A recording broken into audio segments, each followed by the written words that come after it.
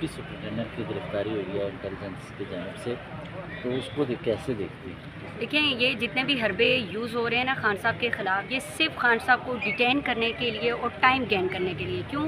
क्योंकि इन्हीं इदारों ने, ये जो आपने अभी कहा कि आईएसआई या इंटेलिजेंस की तरफ से सुपरिटेंडेंट जेल को अरेस्ट कर दिया गया, तो हमारी आईएसआई क्या इतनी वीक है कि पूरे 1 साल बाद इनको पता चला कि सुपरिटेंडेंट जेल जो हैं वो खान साहब की हेल्प करते हैं। क्या अवाम को इतना बेवकूफ़ समझते हैं ये लोग कि अवाम को ये समझ नहीं आती कि ये किस लिए ये हरबे यूज़ किए जा रहे हैं। आपने तोशाखाना 2 केस की बात की, मैं आपको बता दूं कि अभी 57 लिस्टेड चीज़ें हैं जिनके ऊपर केस बनने जा रहे हैं। क्यों? क्योंकि सिर्फ इमरान खान को डिटेन करना है। आज बड़ी अच्छी बात डीबी में डिस्कस हुई, उन्होंने कहा कि हमें बताएं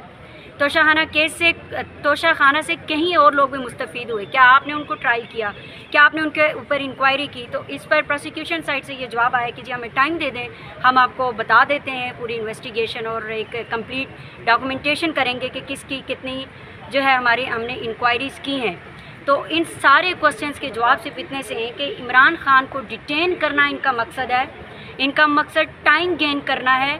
क्यों? क्योंकि इन्होंने एक नाअहल टोले को हमारे ऊपर मुसल्लत किया हुआ और ये चाहते हैं कि हम ज़्यादा से ज़्यादा टाइम गेन कर सकें। अब दूसरी बात मैं आपको ये बता दूं कि आज काजी फाइज़ ईसा साहब ने एक स्टेटमेंट जारी की वाइल्ड लाइफ केस में, जो कि नेशनल पार्क के हवाले से केस था जिसका इमरान खान से कोई कंसर्न नहीं था, लेकिन उस केस के अंदर ये स्टेटमेंट देना कि 190 मिलियन पाउंड जो है वो चोर से लेके चोर को दे दिया। काजी फाइज़ ईसा साहब, ये जो पैसे 190 मिलियन पाउंड आए हैं ये सुप्रीम कोर्ट के अकाउंट में आए हैं, तो क्या आप समझते हैं कि आप चोर हैं? क्या मैं ये समझूं कि आपने अपने लिए बोल दिया है कि ये जो 190 मिलियन चोरी के पैसे थे ये चोर को वापस हुए? तो आप बिल्कुल ठीक कह रहे हैं। आज अगर इस मुल्क के हालात हैं तो वो काजी फाइज़ ईसा साहब की वजह से ये हालात हैं। क्यों? क्योंकि वो एक बाइस्ड पर्सन है, वो खुलकर इमरान खान के सामने आ गए हैं, वो खुलकर इमरान खान की मुखालफत में सामने आ गए हैं। अगर ऐसा नहीं था तो वाइल्ड लाइफ केस में इमरान खान को कोर्ट करना, या तो काजी फाइज़ ईसा साहब पागल हो चुके हैं, तो या फिर इमरान खान की जो बात है वो बिल्कुल दुरुस्त है कि ये बाइस्ड पर्सन है।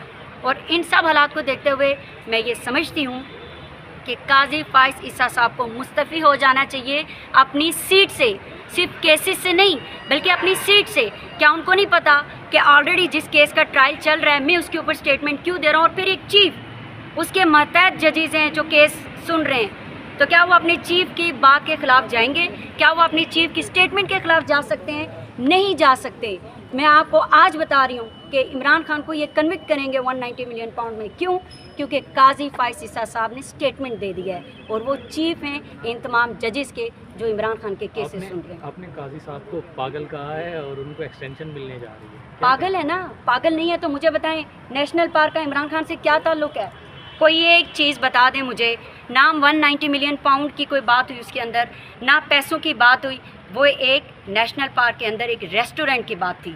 ये केस चल रहा था ना, इमरान खान को उसके अंदर डिस्कस करना पागलपन है। मैं आपको बताऊं, काजी फाइज़ ईसा साहब जो हैं वो रात को भी इमरान खान को डिस्कस करते होंगे। वो करवट बदलते हैं तो इमरान खान ख्वाब में क्या, वो इन रियल काजी फाइज़ ईसा साहब का मकसद। कहा जाता है उनकी अहलिया सरीना ईसा जो हैं वो भी इमरान खान के खासे खिलाफ है, तो आप रात की इशारा शायद उन्हीं की तरफ कर रही हैं। मैं आपको बताऊं कि काजी फाइज़ ईसा साहब और उनकी वाइफ, ख़वातीन के ऊपर कमेंट नहीं करना चाहूँगी, लेकिन मैं समझती हूँ कि मैडम काजी फाइज़ ईसा साहब को अच्छे से कन्विंस कर सकती हैं कि ये जो पागलपन के दौरे हैं ना, इसमें आपकी सेहत मज़ीद बिगड़ेगी। आप जितनी टेंशन लेंगे आप में उतना प्रेशर डेवलप होगा, और ये एक उनकी ज़ाती जंग है इमरान खान के ख़िलाफ़। क्यों?